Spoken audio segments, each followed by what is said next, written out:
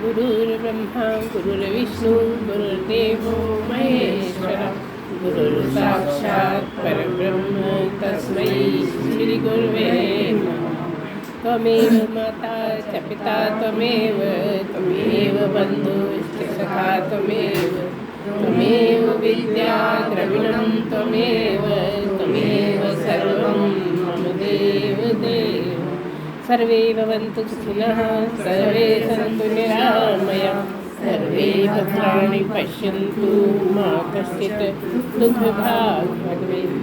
सच्चिदानंद भगवान की जय। सद्गुरुदेव भगवान की जय। एक प्रश्न है कि ये क्षेत्र और क्षेत्रज्ञ क्या है। यह हमने गीता में पढ़ा। क्षेत्र और क्षेत्रज्ञ की चर्चा ही क्या है। एक प्रश्न है कि ये भक्ति मार्ग और ज्ञान मार्ग के बारे में बताएं। क्या है भक्ति मार्ग और क्या है। तो हम कहेंगे भक्ति मार्ग ज्ञान मार्ग के साथ एक और मार्ग भी है जो कहलाता है कर्म मार्ग। 3 मार्ग हैं जब हम भगवान के साथ जुड़ते हैं, भगवान की आराधना करते हैं, भगवान को पाना चाहते हैं, भगवान से प्रेम करते हैं, तो 3 तरह से चला जा सकता है। एक कर्मों के द्वारा, एक भक्ति के द्वारा और एक ज्ञान मार्ग है ज्ञान पाकर। गीता का ज्ञान, गीता अगर पढ़ते रहे सारे जीवन तो गीता के ही ज्ञान से ही आप परमात्मा मिल सकता है। गीता में ऐसा क्या दिया हुआ है। गीता में आपको केवल रहने का ढंग बताया है कि किस तरह से रहना है, कैसे आप रहें कि आप परमात्मा के प्यारे हो जाएं। केवल इतनी ही बात है। जो सार तत्व है वो इतना ही है कि आप किस तरह से चले कि भगवान आपको पसंद करने लगे। तो एक है भक्ति मार्ग की बात करी हमने। भक्ति मार्ग में क्या है। भक्ति मार्ग में तू ही तू, सामने मूर्ति है, आप है, सामने भगवान है, भगवान की मूर्ति रखी है और हम तू करके बात करते हैं कि तू ही है, सब कुछ तू ही है, तू ही पालनहारा है, तू ही सुख दुख कराता है, तू ही सुख दुख काटता है, सब कुछ जो है तू ही है। ये भक्ति मार्ग की बात है। भक्ति मार्ग का मतलब यह है कि हम हैं ऐसे ही सामने भगवान भी, क्योंकि भगवान मिलते नहीं हैं, दिखते नहीं हैं, इसलिए हम मूर्ति बना के रख लेते हैं या फ़ोटो रख लेते हैं ताकि उसके द्वारा हम ध्यान लगा पाएँ। तो मतलब क्या है, वो सामने है, आमने सामने की बात। एक है कर्म मार्ग। कर्म मार्ग में वह करके बात होती है। मतलब मैं यहाँ हूँ और वो पता नहीं कहाँ है, 7वें आसमान पे है, 4थे पे है, कहाँ पर है, वो करके वो बड़ा दयालु है, वो कृपालु है, वो सबके रक्षा करता है, सबको पालता है। इस तरह से हम किस मार्ग में बात करते हैं। कर्म मार्ग में। पूरे यहीं पर नहीं है, इधर उधर मत जाइए। तो वो ऐसा है, वो दयालु है, बड़ा कृपालु है, ऐसा करके जब बोला जाता है तो कर्म मार्ग में मतलब वो थर्ड पर्सन का मतलब समझते हैं ना। एक मैं फर्स्ट पर्सन, तू सेकंड पर्सन और थर्ड पर्सन में कहीं और होगा, देखा नहीं है हमने, है कहीं ना कहीं जो हम लोगों का सबका पालन करता है। तो ये कर्म मार्ग है। जैसे कि नाम सुनने में आ रहा है कर्म मार्ग। कर्म कर करके ही हम मार्ग पूरा काट लेते हैं। अच्छे कर्म करना, दूसरों का सहारा देना, दूसरों की सहायता करना, दूसरों के भलाई में अपना जीवन अर्पण कर देना, है ना। जितना आप दूसरों के लिए कर सकते हो, आपका हर काम जो है इसी पे केंद्रित रहे कि दूसरों की भलाई है इसमें। अगर इस तरह से चलते हो तो अपने आप धीरे धीरे भगवान में मन लगने लगता है। क्यों लगने लगता है कि परमात्मा यही चाहता है कि आप सबकी मदद करिए, सबके साथ प्रेम से रहिए, है ना। वो ये नहीं चाहता कि आप खूब लड़िए, आप गाली दीजिए, ऐसा नहीं चाहता। वो ये चाहता है कि आप सबसे प्यार से पेश आए। अगर प्यार से पेश आते हो, इसका मतलब है तुम उससे जो सामने है उससे नहीं, परमात्मा से ही प्यार से पेश आओ। क्यों है ऐसा। क्योंकि हर एक में परमात्मा बैठा है। कोई भी ऐसा नहीं है जिससे भगवान न बैठा हो। हृदय में सबके भगवान बैठा हुआ है। तो आप ये मान के चलिए कि ये जो है ये भगवान का ही रूप है। हर मनुष्य भगवान का ही रूप है। और सचमुच में जब प्राप्ति होती है, जब वो समझ जाता है भगवान को पा लेता है तो वही भगवान हो जाता है। अभी भले ही नहीं है, लेकिन आगे चल के हो सकता है। मतलब मनुष्य में ही केवल ये संभावना है कि वो भगवान तक पहुंच जाता है, मतलब भगवान ही हो जाता है। तो कर्म मार्ग में कर्म के सहारे ही भला करते हैं। कर्म का मतलब अच्छे अच्छे कर्म करना, दूसरों की भलाई में लग जाना, जल्दी से चिढ़ना नहीं किसी से, जल्दी से आपको किसी से अकड़ नहीं आए, ऐसा नहीं लगे कि इसने मेरे साथ ऐसा बुरा करा है तो मैं भी करूँगा। यही समझने की चाहिए। तीनों मार्ग के लिए ये वाली बात है कि अगर किसी ने मेरे साथ बुरा किया है तो मैं भी बदला करूँगा, वो आपके लिए बहुत गलत है। क्यों गलत है? अक्सर बताई करते हैं हम कि वो हो सकता है कि आपकी उधारी हो कहीं, आपकी उधारी हो, उसने आपके साथ गलत किया, वो उधारी चूक गई। समझ में आ रही ना बात? जो आपकी उधारी थी, जब दूसरे ने आपके साथ गलत किया मतलब उधारी चूक गई। अब आप बदला लेंगे, मतलब फिर से आपने कर ली उधारी। क्या मतलब है? सहन शक्ति बढ़ाइए, सहने की शक्ति हो। उसने गलत बोला तो उसका नुकसान है, आपका कैसे नुकसान हुआ? कोई हमें समझाए कि आपका कैसे नुकसान हुआ? उसने कुछ भी बोला, कुछ लड़े, कुछ गाली दे दी, आपका उसमें क्या चला गया?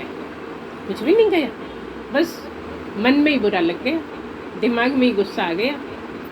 अगर आप गुस्से पे कंट्रोल करें, हो जाता है। आप कहते हैं ना गुस्सा कंट्रोल नहीं होता, लेकिन अगर प्रैक्टिस करो तो धीरे धीरे कंट्रोल हो जाता है। जैसे विचलन खत्म हो जाता है, ऐसे क्रोध भी खत्म हो जाता है। क्रोध आता है और हम उस चक्कर में उससे दुगनी गालियाँ दे जाते हैं। तो कबीरदास ने कह दिया है, आवत गाली एक है, पलटत होए अनेक। कहे कबीर न पलटिए, रहे एक की एक। जो उसने एक दी है उसी को रहने दो। तुमने 4-6 दे दी, उसको तो एक गाली का फल भुगतना है, आपको 4-6 फल भुगतना है। जितनी गाली थी उतने फल भुगतना है ना? तो आप हमेशा सहन शक्ति के साथ चलिए, जितना भी हो सके। होना तो मुश्किल लगता है, सोचने लगते हैं लोग ऐसा कैसे हो सकता है? क्या हम सुनने के लिए बने? क्या हम सबकी सुनते ही रहे? हर किसी को मन में ऐसे ही आता है, क्या हम सबके सुनते ही रहे? हम सुनने के लिए आए हैं क्या जगत में? हम नहीं सुनते भैया किसी की बात, खूब लंबे लंबे हाँक के बोलते हैं, हम नहीं सुनते। हम तो अच्छे से फिर मज़ा चखा देते। तो क्या करते हो आप अपना ही नुकसान कर लेते हो, किसी दूसरे का नहीं करते, अपना ही कर लेते। क्यों? क्योंकि आप यहाँ आए काय के लिए हो? आप यहाँ आए हो परमात्मा को पाने के लिए। केवल मात्र मनुष्य ही एक ऐसा है जो परमात्मा को पा सकता है, बाकी किसी योनि में परमात्मा को नहीं पाया जा सकता। वो सब गुण उसमें है, इसमें मनुष्य में, केवल मनुष्य शरीरधारी में ऐसे गुण हैं जो परमात्मा तक पहुंचा जा सकता है, बाकी औरों में नहीं है। और कैसे हैं? बाकी जितने भी हैं योनियाँ हैं वो क्या है? हम अक्सर बताते रहते हैं, बाकी योनियाँ क्या है? भोग योनि है।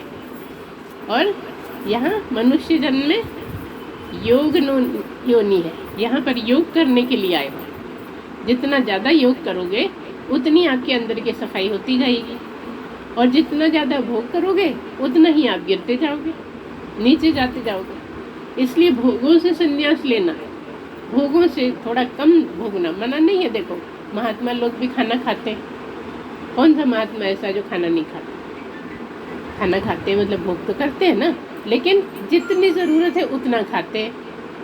जबकि हमें अच्छा लगता है, हम खूब सारा खा जाते हैं, फिर बीमार हो जाते हैं, तरह तरह की तकलीफ़ें होने लगती हैं। क्यों? क्योंकि वो भोगते हैं। स्वाद लेने की इच्छा, खाने की इच्छा, ज़्यादा खाने की इच्छा, यही भोग है। तो नीचे की योनियाँ हैं भोग योनियाँ। ये वाली जो है मनुष्य जन्म है, ये भोग योनि नहीं है। यहाँ केवल पेट भरना है, यहाँ आपको पेट भरना है, भजन करना है। इसलिए आप देखिए हिंदू धर्म में कितने उपास हैं, आए दिन कितने त्योहार हैं। त्योहार के बहाने आपसे करवाता रहता है तरह तरह से। अब ये त्योहार है, अब वो त्योहार है, अब ऐसा करना है, अब ऐसा करना है। आप साल भर यही करते रहते हैं ना। ये क्या हो रहा है? ये आपके द्वारा तपस्या कराई जा रही है। क्यों? आप ये कहा ही नहीं जा सकता कि कोई मनुष्य यहाँ आके भगवान को पाने के लायक नहीं है। क्यों नहीं कहा जा सकता? क्योंकि मनुष्य योनि को परमात्मा ने अपने समकक्ष रखा है। क्या मतलब है? मनुष्य परमात्मा के सबसे करीब है। 84 लाख योनियों में आखिरी वाली योनि होने के कारण उसके बाद केवल भगवान तक ही रह जाता है मार्ग। बाकी पूरा आप मार्ग करके आ गए, 84 लाख योनियाँ चल के आ गए। अब आपको केवल कोशिश क्या करनी है कि परमात्मा के जगह पहुंच जाए, भगवान के सीट पर। भगवान बिठा लेता है आपको अपनी सीट पर, आपको भी भगवान बना देता है अगर आप सही ढंग से चल पाए तो, है ना। इसलिए आपको क्या करना है, बस मनुष्य जन्म में आए हो तो एक ही लगन लगानी है कि परमात्मा से मिलने की। आपका क्या पढ़ाई लिखाई नहीं करे, क्या नौकरी नहीं करे, वो तो आप करो, चाहो या नहीं चाहो करना ही पड़ेगा, क्योंकि पेट लिए बैठे हो। पेट तो सभी के पास है ना, कोई भी ऐसा नहीं है जिसके पास पेट नहीं है। लेकिन तब भी ये सेकेंडरी चीज़ है, प्राइमरी चीज़ है परमात्मा की याद में जीवन बिताना, परमात्मा का भजन करना, परमात्मा को किसी न किसी ढंग से परमात्मा को ध्याते रहना। यही काम है हमारा, है ना। तो ये जो सामने हमने बताया, सामने जब मूर्ति होती है या फोटो होता है, ये भक्ति की निशानी है, भक्ति में करा जाता है। और ज्ञान में क्या करा जाता है, कर्म का हम बता चुके। ज्ञान में क्या होता है, ज्ञान में तपस्या खूब है। तपस्या क्या है? तपस्या वही जो हम आपको बताया करते हैं, कौन सा? साधन चतुष्टय। अभी उसको नहीं छेड़ेंगे क्योंकि वो लंबा विषय है। साधन चतुष्टय में क्या बताया? अपने आप को कंट्रोल करना बताया, अपने आप को भगवान के लायक बनाना बताया। इसमें 6 संपत्ति हैं, 6 तरह की संपत्तियां हैं, वो उसकी कमाई कर ली। जिसने बहुत ज़्यादा कमाई कर ली तो हम कई बार कहते हैं कि भगवान भी बिकते हैं। जो संपत्ति आपने खूब कमाई है, अगर आपके पास खूब संपत्ति है तो परमात्मा भी बिकने को तैयार है। समदम, तितिक्षा, उपरति, श्रद्धा, समाधान, ऐसे 6 हैं ऐसी संपत्तियां जो आपको खूब ज़्यादा कमानी है जीवन में। अगर वो बहुत ज़्यादा हो गई हैं तो भगवान स्वयं आपके पास चले आते हैं, वो आपको जना देते हैं। मतलब क्या है, ये जो 6 संपत्ति की बात है, ये खास तौर से ज्ञान मार्ग में ही है। काम तीनों में आती है, काम तीनों में ही आती है, लेकिन ज्ञान मार्ग की विशेष पद्धति है कि आप 6 चीज़ों की खूब कमाई कर लीजिए। विवेक जगाइए, वैराग्य, विवेक पूर्वक वैराग्य कर लीजिए। विवेक और वैराग्य के सहारे 6 संपत्ति कमाइए तो आप मोक्ष तक पहुंच सकते हैं।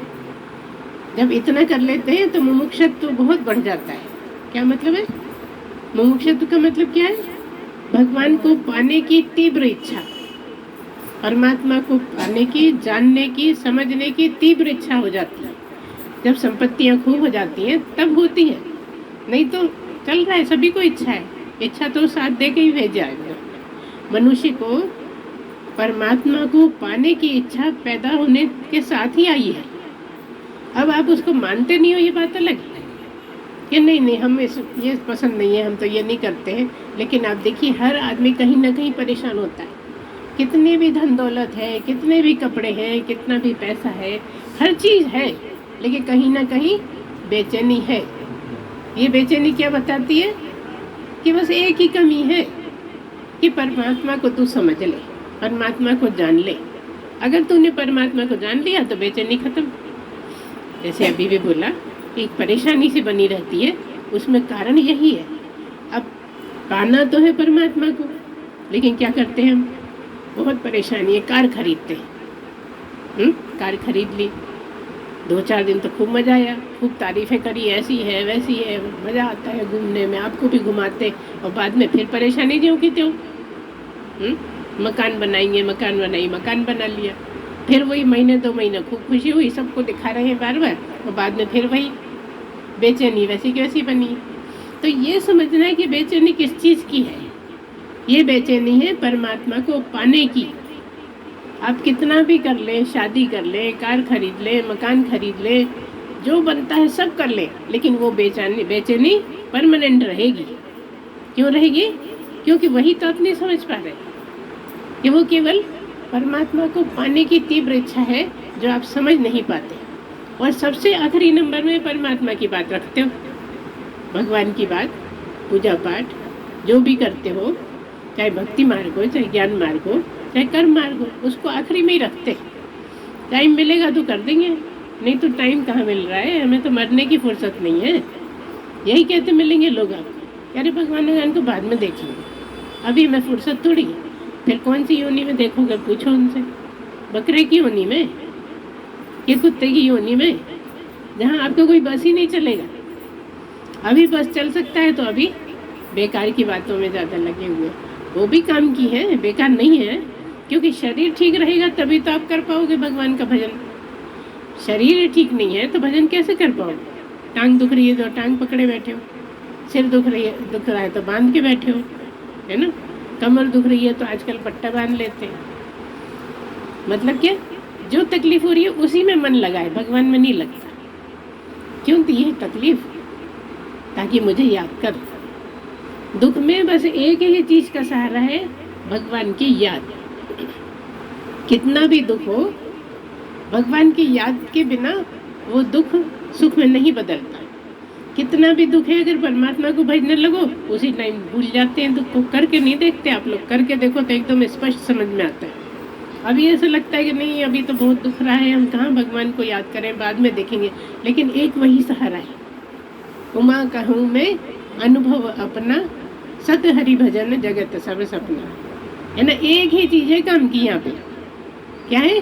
भगवान का भजन करना, हरि भजन। हरि भजन करते रहोगे तो कैसे ही बड़े से बड़ा दुख भी आप आराम से काट सकते हो। कहते हो भगवान जाए चूल्हे भाड़ में, हम तो अभी परेशान है, अभी हम नहीं कर। ऐसे भी बोल देते हैं लोग, हमने देखा है।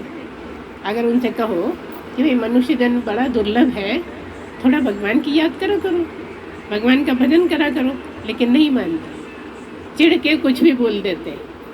ये भी नहीं सोचते कि क्या बोला जा रहा है ना। इतना भी नहीं संभाल पाते अपने आप को कि क्या उचित है क्या अनुचित है, और इसी के कारण मनुष्य जन्म में आके गिर जाते हैं। अच्छा, गिर क्यों जाते हैं? क्योंकि केवल और केवल मनुष्य जन्म में ही कर्म बनते हैं। इसको खास तौर से दिमाग में रखिए, केवल मनुष्य जन्म में कर्म बनते हैं, बाकी किसी योनि में कर्म नहीं बनते। बाकी योनियों में कर्म काटने जाते हैं, लेकिन मनुष्य जन्म में इतने बन जाते हैं कि 84 लाख जाने के बाद भी नहीं कर पाते। आपके क्यों बन जाते हैं इतने ज़्यादा? आपके कर्म क्यों बन जाते हैं इतने ज़्यादा? इसलिए कि आप 1 मिनट क्या 10 सेकंड भी फालतू नहीं रहते। पूरे टाइम आप कुछ ना कुछ सोचते रहते हो, है ना। जो सोचते हो वही कर्म बना देते हैं।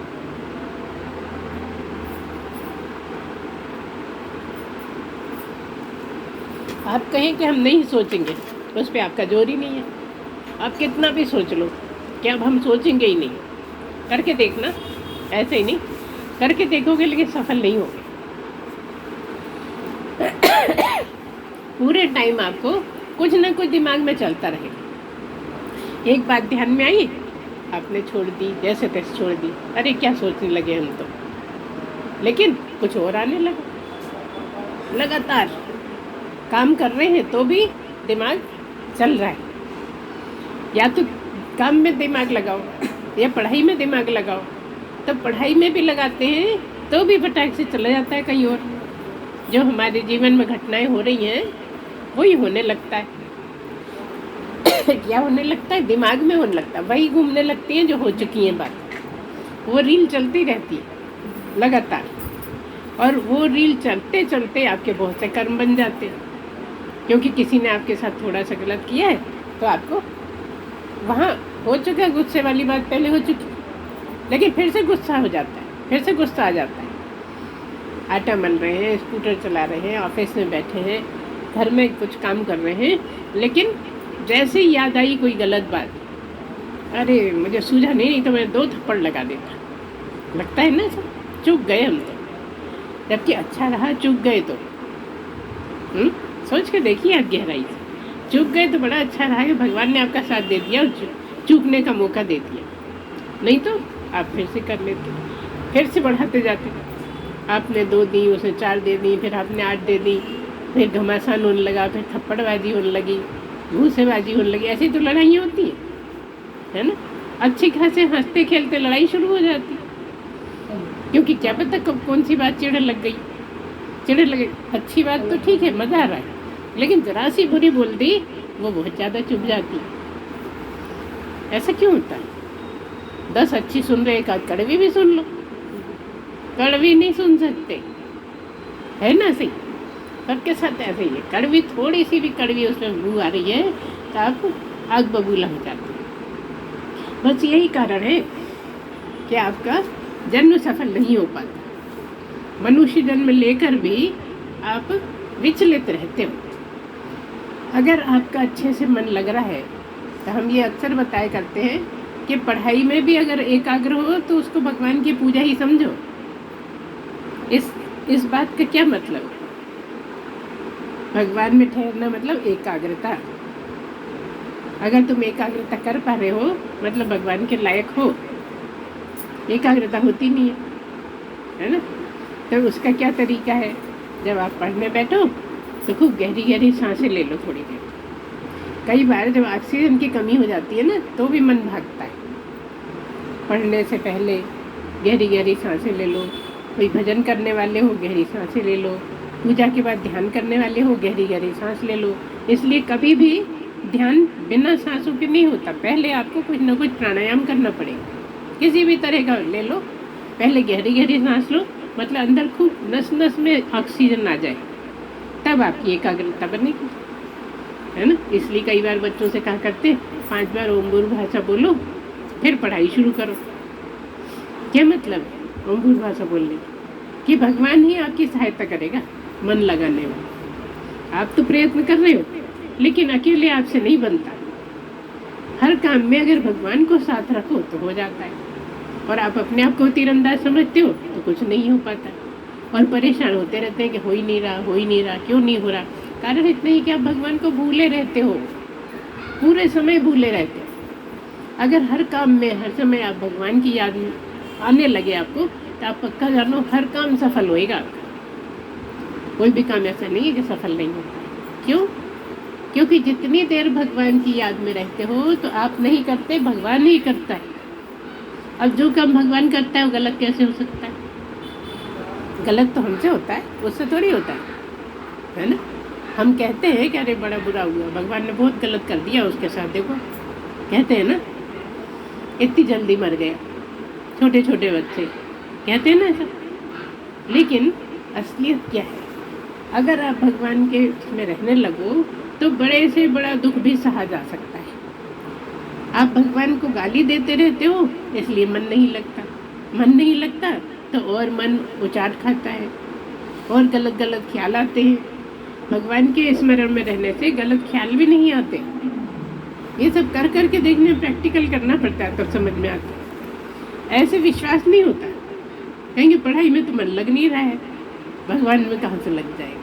पढ़ाई इतना ज़रूरी है, फेल होने का डर है, लेकिन तब भी मन नहीं लग रहा है, तो क्या करें हम? बस आप मन में ये एक दृढ़ विश्वास बिठा लो कि मेरा हर काम भगवान से ही चल रहा है, वही करवा रहे। अगर मैं आज अच्छे से पढ़ा तो मतलब भगवान ने की ही कृपा थी जो मैं अच्छे से पढ़ लिया। आज मुझे इतना याद हो गया, मतलब भगवान की ही कृपा थी जो याद हो गया, है ना? हर चीज़ में उसी की कृपा को मानने लगो। गलत होता है उसमें मत मानो। जितना भी अच्छा हो रहा है तुम्हारे जीवन में सब परमात्मा के कारण ही हो रहा है, भगवान के कारण ही हो रहा है। वो है ना यहाँ जगत में, इसलिए हो पाता है, क्योंकि वो बहुत ऊंचे स्थान पर बैठा है और आप बहुत नीचे। और पहुँचना कहाँ है? उसी की बराबरी में। बराबरी हो नहीं सकती, है ना? भगवान की बराबरी तो कैसे हो पाएगी? भगवान की बराबरी नहीं होती, लेकिन भगवान हो जाता है मनुष्य। सब जानते हैं ना, कितने ही गुरु हैं, सदगुरु हैं, जगे हुए लोग हैं, वो क्या है? भगवान ही तो है। तभी तो सदगुरु भगवान बोलते। कुछ तो उन्होंने किया होगा ना, तभी तो इतनी ऊंचाई पे बैठ पाते हैं। तो जितना आप मीठा डालोगे उतना ही मीठा फल होएगा, है ना? हम करें नहीं और कहीं होता नहीं होता नहीं होता नहीं, कैसे होएगा? करना पड़ेगा, धीरे धीरे मन को लगाना पड़ेगा, मन को बस में करना पड़ेगा। भगवान को बस में कोई नहीं कर सकता। मन बुद्धि को बस में कर सकते हैं, आपके बस में हो सकती है। अगर मन बुद्धि बस में हो गया तो आपका तो भगवान को मनाने में खेल है। आपकी पढ़ाई भी अच्छी होगी, नंबर भी अच्छे आएंगे। यही समस्या है ना कि पढ़ाई में मन नहीं लगता, बार बार भाग जाता है मन।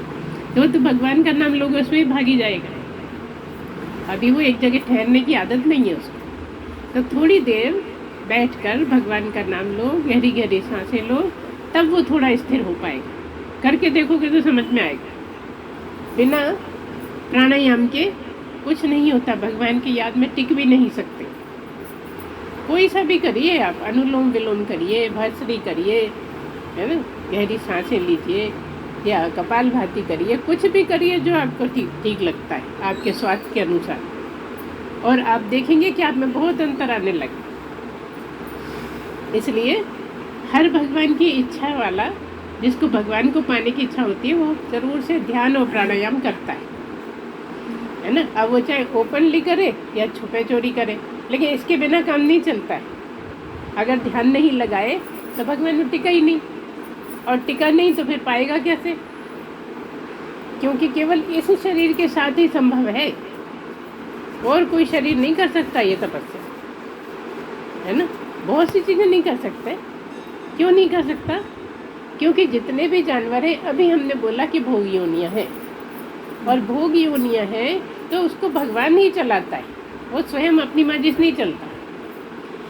84 लाख योनियों में एक मनुष्य जन्म को छोड़ के बाकी सारे जन्म भगवान चलाता है। हर जानवर को, हर पक्षी को, हर मछली को भगवान अपने अनुसार चलाता है ना। इस पे विश्वास होता है कि नहीं होता? जबकि मनुष्य को अपने नहीं चलाता। यही मुश्किल है। आप कहते सारा आरोप भगवान पे ही करते रहते हो, जबकि मनुष्य जन्म में ही आपको स्वतंत्र छोड़ा है कि ये ले, मैं तुझको मनुष्य शरीर दे रहा हूँ, अब तू चाहे तो कितना ही उठ जा, और इतना उठ जा कि मेरे में ही समा जा, मैं तुझ में समा जाऊँ, तू मुझ में समा जा। और गिरता है तो इतना गिरेगा कि जानवर भी क्या होंगे, गिरे। दोनों हैं मनुष्य जन्म में, दोनों पॉसिबिलिटी हैं। बहुत ऊपर भी उठा जा सकता है और बहुत नीचे भी गिरा जा सकता है। अब उससे नुकसान क्या है? ऊपर का तो आपको पता ही है, नीचे का क्या नुकसान है कि नीचे की योनियों में चले जाते हैं। जितने ज़्यादा गलत कर्म हो जाते हैं तो हम नीचे की योनियों में चले जाते हैं। बहुत नीचे की योनियों में जाकर फिर धीरे धीरे धीरे धीरे ऊपर उठते हैं, और फिर पता नहीं कब मनुष्य बन पाएंगे। तो गुरुओं का यही काम है, बार बार याद दिलाते कि मत चूके चौहान। ये मौका बड़ा अच्छा मिला है। हम जब पढ़ते थे, जब हमने पढ़ा था 4 मास 24 गज अंगुल अष्ट प्रमाण, ता ऊपर सुल्तान है मत चूके चौहान। ऐसे ही आप इस पे लागू कर लो, है ना। 7वें आसमान पे नहीं है, वो हर जगह है, आपके हृदय में बैठा है, आपके हर काम को, हर इच्छा को, हर सोच को नोट कर रहा है। और हम तो यहाँ तक कह देते हैं, वो नोट क्या करेगा, तुम ही कर रहे हो, क्योंकि तुम्हारी बात तुम जानते हो और कोई जानता ही नहीं। अब ये बात और है कि कहते रहते हो भगवान ही जानता है मेरी हालत क्या है। हम आपसे पूछते हैं, आप जानते हो कि नहीं जानते? आपकी हालत आप जानते हो कि नहीं जानते? तब भी आप कहते क्या हो? भगवान जानता है। क्या मतलब है? छुपी हुई बात यह है कि आप ही भगवान होने की संभावना में हो, आप ही भगवान तक पहुंच सकते हो। या तो आप जानते हो या भगवान जानता है। मतलब आपके अंदर जो भगवान बैठा है वही सब कुछ जानता है। हर कोई ये बोलता है मेरी तो बड़ी बुरी हालत है, मैं कैसे हालातों से गुजर रहा हूँ मुझे ही पता है, या फिर मेरे भगवान को पता है। ऐसा क्यों है? पड़ोसी को, माँ को, पिताजी को, सबको क्यों नहीं पता? क्योंकि आपका शरीर अलग है, उनका शरीर अलग है, उनके मन बुद्धि अलग है, आपकी मन बुद्धि अलग है। अच्छा, उस पर भी आपकी सोच क्या है, उसके हिसाब से आप भोग रहे हैं, है ना। सबकी सोच अलग अलग है ना, सबके संकल्प विकल्प अलग अलग है। हर मनुष्य अलग अलग ढंग से सोचता है, अलग अलग परिस्थिति होती है। अलग अलग पसंद होती है अपनी अपनी, है ना। सबका हिसाब किताब बिल्कुल अलग, जितने लोग हैं उतनी अलग अलग बातें हैं। और भगवान की बात करो तो एक भगवान ही सब में एक सा, है ना। बच्चा हो या बड़ा हो, औरत हो या मर्द हो, पशु हो या पक्षी हो, सब में एक वही बैठा है।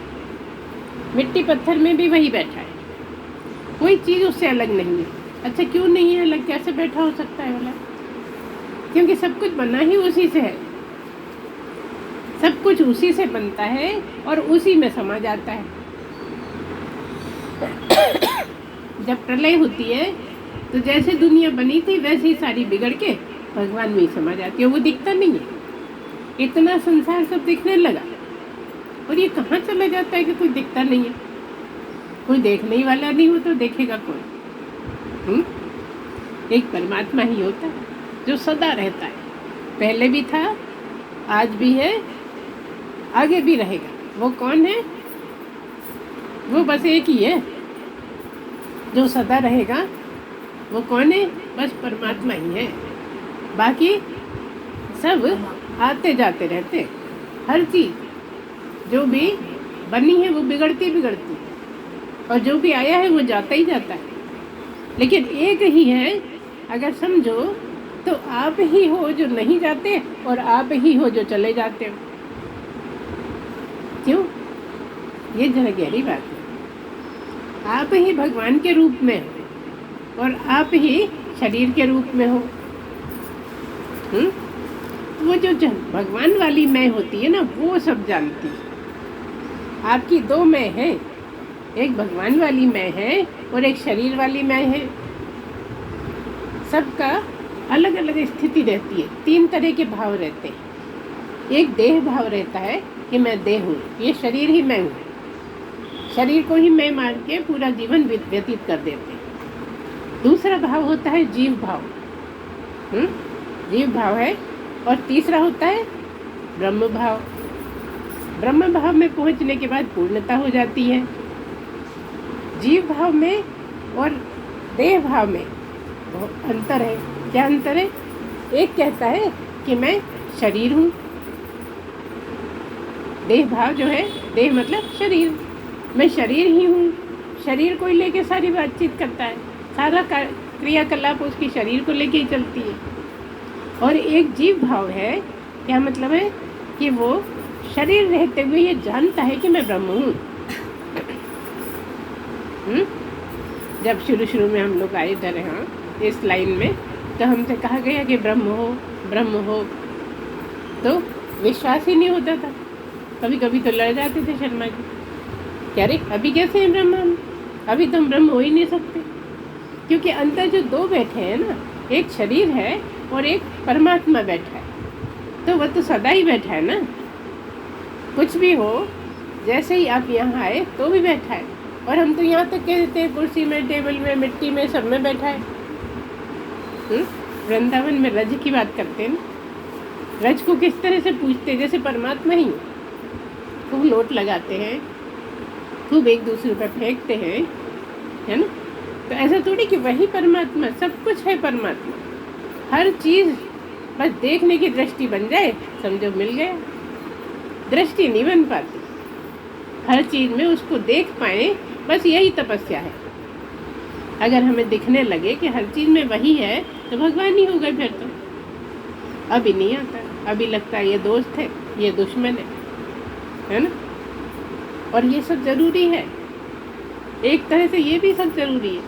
कैसे कि ये मेरी बहन है और ये मेरी पत्नी है ना। ज़रूरी, बहन को पत्नी नहीं कह सकते, पत्नी को बहन नहीं कह सकते। जहाँ जैसी चीज़ ज़रूरत है वैसा ही आपको दिमाग में रखना होगा। सबके अपने अपने रिश्ते, अपने अपने संबंध, सब कुछ ये काहे के लिए? ये मनुष्य को सही चलाने के लिए। बहुत से लोग ऐसे हैं जहाँ इसका कोई है ही नहीं, फर्क ही नहीं है। हमारे इसीलिए रक्षाबंधन भी आता है ना। इतना ऊंचा त्यौहार आता है, काहे के लिए आता है? इसीलिए आता है कि बहन को बहन समझो। बहन पत्नी हो ही नहीं सकती है। और कुछ ऐसे हैं लोग जो पत्नी भी बना लेते, शादी कर लेते। अब आपको कैसा लगता है? तो सुनो भी तो घृणा आती है। है ना, जबकि उनको क्या होगा, क्या बुराई है, बहुत अच्छा है, हमारे यहाँ तो यही चलता है। तो आपका मन किसके लिए तैयार है, आपके किस तरह के लक्षण है, किस तरह के आपका विचार है, किस तरह का आप सोचते हो, उसी से अच्छा बुरा है। एक के लिए बहुत अच्छा है, एक के लिए वही बात बहुत बुरी है ना। सही, एक को लगता है कोई खराबी नहीं है क्या। आजकल तो बहुत ज़्यादा हवा में उड़ रहे हैं ना लोग, कुछ भी चल रहा है, कोई हिसाब ही नहीं है किसी बात का। लेकिन अगर इंसानियत है तो आप इंसानियत की तरह चल पाओगे, और अगर जानवर ही बन गए हो तो फिर कोई क्या कहे। तो हम यहाँ ये बताएं कि जानवर में और आप में केवल अंतर ही यही है, मनुष्य में और जानवर में केवल अंतर यही है कि जानवर के लिए ना कोई भाई है, ना बहन है, ना माँ है, ना पिता है, जबकि आपके लिए ये मेरा भाई है, ये मेरी बहन है, ये मेरा देवर है, ये मेरा पति है ना। इतने सारे रिश्ते, सबका अपना अपना रिश्ता है, सबकी अपनी अपनी जगह है। कौन सा रिश्ता कैसा है ये तो सब आप जानते ही हो, है ना। तो यहाँ पर सनातन धर्म में ये बहुत विशेष बात है कि यहाँ सब अलग अलग, जबकि नीचे की योनियों में कोई किसी का कुछ नहीं है। जब तक बच्चा दूध पीता है तब तक माँ है, दूध पीना छोड़ा कोई संबंध नहीं, कुछ भी हो। इसलिए हमको इस तरह से नहीं चलना है। ये सब बातें क्यों करते हैं, क्या मजा आ रहा है इसमें, इसलिए करते हैं। इन चीज़ों का ध्यान रखो, इंसानियत, इंसान बन के रहो। इंसान में, मनुष्य में और जानवर में यही अंतर है। तब अपने आप को तोल लो, इंसान हो कि जानवर हो।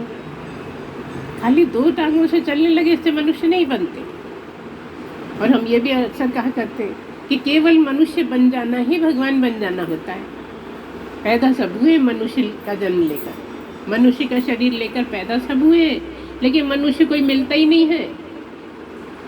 तो गीता क्या सिखाती है, गीता केवल मनुष्य बनना सिखाती है। जो मनुष्य बन गया वो समझो भगवान ही बन गया। बड़ी तपस्या है, बड़ा त्याग है, बहुत ज़्यादा उसमें करने का है। अपने मन पर काबू, अपनी इंद्रियों पर काबू, है ना, सही सही ढंग से सोच समझ के, क्योंकि बुद्धि दी है। सबसे ऊंची बुद्धि किसकी, कौवे की, है ना, मनुष्य की। सबको पता है कि मनुष्य की बुद्धि बहुत ऊंची है, उसके बराबर कोई सोच ही नहीं सकता। इतनी ऊंची है कि इतने खूंखार शेर को भी बस में कर लेते हैं हम। इतने ऊंचे ऊंचे ऊंट है, जिराफ है, इतने बड़े बड़े एनिमल जो शेर को भी पछाड़ देते हैं, वो भी हमारे बस में आ जाते हैं। कैसे आ जाते हैं, बुद्धि से। जो इतनी ऊंची बुद्धि है तो क्यों है, क्योंकि परमात्मा को पाने के लिए दी गई है। बहुत बुद्धि का काम है, यहाँ बहुत ज़्यादा बुद्धि चाहिए। आपको लगता है इसमें क्या रहा है, कुछ भी नहीं, फालतू बैठे रहते हैं लोग परमात्मा। अरे इतना आसान नहीं है, बहुत लगना पड़ता है, बहुत उसमें रमना पड़ता है। तब कहीं जाके बरसों बरस लगे रहो, तब कहीं जाके आप थोड़ा थोड़ा समझते हैं। पर पूरा समझने तक तो जन्म निकल जाते हैं, कई जन्म लग जाते हैं, तब कहीं आप परमात्मा को पा सकते हैं। लेकिन लाभ क्या है, हम तो बाद में देख लेंगे, अभी तो हमारा ये काम है, अभी तो वो है, ये करें कि भगवान के लिए लगे। नहीं, सबसे पहला काम वही है, बाकी सब तो सेकेंडरी है। कई जन्मों तक लगे रहो तब कहीं उस लायक होते हैं कि परमात्मा को समझ पाओ। एक जन्म में पाना संभव नहीं है। अब ये हमें पता नहीं है कि ये पहला ही जन्म है कि दूसरा है कि तीसरा है, क्योंकि यहाँ बैठे हैं तो लगता तो पक्का है कि पहले से रहा होगा, पहले भी हमारी लगन रही होगी पिछले जन्म में, तभी तो यहाँ बैठ पा रहे। नहीं तो बैठना आसान थोड़ी है, थोड़ी सी देर बैठेंगे और भाग जाते हैं लोग। आप लोग तो इतनी शांति से बैठे हुए हो, नहीं तो कहते हैं ना राम की बात कर रहे हैं, ना कृष्ण की बात कर रहे हैं, फिर हम काहे के लिए बैठे, फालतू की बातें कर रहे हैं। क्योंकि ये बहुत ऊंचा ज्ञान है, यहाँ शरीरों से ऊपर की बात होती है। पहली कक्षा अलग होती है, तीसरी कक्षा अलग होती है, 8वीं अलग होती है, बी अलग होता है, एम अलग होता है, फिर रिसर्च सबसे ऊपर होता है ना। ऐसे सारी कक्षाएं हैं। अब आप कहोगे नहीं हम तो यही करते रहेंगे, मतलब हम 5वीं ही पढ़े रहेंगे, आगे हम करते ही नहीं। हम तो भैया कर्म योगी हैं, हम तो भक्ति करते हैं, हम इससे आगे नहीं बढ़ेंगे। हमारे पास ऐसे भी हैं जो भक्ति से ही ज्ञान में प्रवेश पा लिया, क्योंकि जरूरी तीनों है। कर्म भी खूब करना पड़ता है, भक्ति भी करनी पड़ती है। भक्ति बेस में है और तब कहीं जाके ज्ञान समझ में आता है। भक्ति के बिना ज्ञान नहीं हो सकता। भक्ति भी बहुत आवश्यक है। कई लोग कहते हैं हम तो भक्त हैं, हम ज्ञान व्यान की बात नहीं सुनते। कई कहते हैं नहीं हम तो ज्ञानी हैं, भक्ति की बात नहीं करो आप। सब जरूरी है। पहली कक्षा भी पढ़नी पड़ती है, 5वीं भी पढ़नी पड़ती है ना। अब कोई कहे कि भैया आप तो हमें पहली क्लास में पढ़ाओ, कोई MA की पढ़ाई कराने वाला है, उसे कहो आप दूसरी क्लास का पढ़ाई करो, आज वहाँ जाओ दूसरी क्लास में पढ़ाओ। सब आता है, लेकिन उसके लिए वो ठीक नहीं है। वो तो MA की पढ़ाएगा, रिसर्च वाला रिसर्च की बात करेगा, है ना। क्या मतलब है, सबके अपने अपने दायरे हैं, सबके अपने अपने हिसाब से काम सौंपे हैं भगवान ने। मन मर्जी से कोई नहीं चल पाता। जिस काम में उसने लगा दिया उसमें लग गए, है ना। और उसमें लग के भी कई बार हमको बुरा भी लगा, क्या ये तो सब गलत है, हम तो कुछ और करेंगे। न इधर के रहे न उधर के रहे। तो सब कुछ करना होता है, अंदर से टटोलना होता है कि हमें किस चीज़ की ज़रूरत है, क्या मांग है हमारी, अंदर क्या मर्जी उठती है। अब समझ नहीं पाते तो गलत रास्ते चले जाते हैं। ऐसा लगता है हम तो यही करेंगे, हम तो यही खाएंगे, हम तो पिटाई करेंगे। क्या होता है, गिरते चले जाते हैं। इतनी मुश्किल से जो मनुष्य जन्म मिला था फिर से नीचे चले गए। अब पता नहीं कब मिलेगा। तो अच्छा यही है कि यहाँ रह के परमात्मा को मनाओ और साथ में सारे काम करते हो। अगर सारे काम कर रहे हो तो तरीका यही है कि काम करते करते भी उसकी याद करो। फायदा क्या है, काम करते करते जब उसकी याद होती है तो काम बिगड़ता ही नहीं है। करके देखो, अभी आप लोगों को इसका तजुर्बा नहीं है। आप क्या कहोगे, अरे उसकी याद करेंगे तो बिगड़ जाएगा, जबकि ऐसा नहीं है। अगर उसकी याद में रहते हुए काम करते हो तो बिगड़ ही नहीं सकता, क्योंकि जिम्मेदारी वो ले लेता है। अब भगवान से काम कैसे बिगड़ेगा? हम सब उल्टा ही उल्टा सोचते, सही सोच ही नहीं पाते। यही हमारी कमी है। मनुष्य होकर भी मनुष्य की तरह सोच नहीं पाते, ये हमारी कमी रहती है। अगर इस कमी को हम समझ जाएं और इस कमी को दूर करें तो इसी जन्म में हम भगवान को पा सकते हैं, इसी जन्म में परमात्मा को पा सकते हैं, समझ सकते हैं, जान सकते हैं। और इससे बड़ी उपलब्धि कोई है ही नहीं मनुष्य जन्म में। इससे ज़्यादा बड़ी कोई हो ही नहीं सकती। सब कुछ है, सब कुछ मिल जाता है, लेकिन यही नहीं मिल पाता। और इसी के लिए बहुत लंबे समय तक लगे रहना पड़ता है। आप कहोगे नहीं फलाना तो फटाफट हो गया, तो उसकी पहले जन्मों से तैयारी थी, पहले जन्मों से चला आ रहा था, बस थोड़ा सा रास्ता बचा था, यहाँ आया वो पूरा हो गया, है ना। तो हम और किसी की क्या बात करें, हम ही इसके उदाहरण हैं कि बस गए गुरु के पास, काम हो गया, जबकि हो नहीं सकता, इतनी जल्दी होता नहीं है। कभी सुना ही नहीं, इसलिए हम ज़्यादा चर्चा नहीं करते इस बात की कि कौन भरोसा करेगा इस बात पर। अच्छा, आप तो अपने को राजा जनक से भी ज़्यादा बता रही हो, है ना। कितना भी कुछ भी कह देगा कोई, इसलिए हम ज़्यादा बोलते नहीं। कभी कभी शर्मा जी छेड़ देते हैं, चाचा बताना पड़ता है थोड़ा। तो इस तरह से आप चलिए, क्योंकि मनुष्य योनि है, मनुष्य योनि बड़ी दुर्लभ है और इसमें सबसे ज़्यादा काम यही करना है कि परमात्मा को जाने जाए। तो आगे क्या है, यो माम पश्यति सर्वत्र सर्वं च मयि पश्यति तस्याहं न प्रणश्यामि स च मे न प्रणश्यति। कहा यो माम, जो मुझे सब में देखता है, जो मुझे सब में देखता है। अभी हमने शुरू में बताया ना कि सब में बैठा है, लेकिन आप देखते क्या हो? राम, श्याम, उमेश, रमेश, ये देखते हो ना। हम ये कह रहे हैं परमात्मा को राम में भी देखो, रमेश में भी देखो, उमेश में भी देखो, सब में देखो। तो जो मुझे देखता है उससे मैं अलग नहीं होता और वो मुझसे अलग नहीं होता। सोचो कितना आसान तरीका, बस देखना आ जाए कि सब में वही एक प्यारा मेरा बैठा है। कोई भी है, चाहे जानवर है तो भी वही बैठा है, इंसान है तो भी वही बैठा है, बैठा ही है ना। रूप में लगता है कोई जानवर है, कोई इंसान है, कोई भेड़िया है ना, कोई शेर है, अलग अलग, लेकिन उसके बिना तो कुछ भी नहीं है ना। हर एक में वो भरपूर बैठा है। इसलिए सबसे ज़्यादा यही तरीका है कि सब में भगवान को देखो। तो उससे आप नहीं बच सकते, आपसे वो नहीं बच सकता। वो कौन? परमात्मा, भगवान है ना। सब में उसी को देखने की आदत डालनी है। आज इतना ही। बोलिए सच्चिदानंद भगवान की जय। सद्गुरुदेव भगवान की जय। ओम पूर्णमदः पूर्णमिदं पूर्णात् पूर्णमुदच्यते पूर्णस्य पूर्णमादाय पूर्णमेवावशिष्यते। ओम शांति शांति शांति। सच्चिदानंद भगवान की जय। सद्गुरुदेव भगवान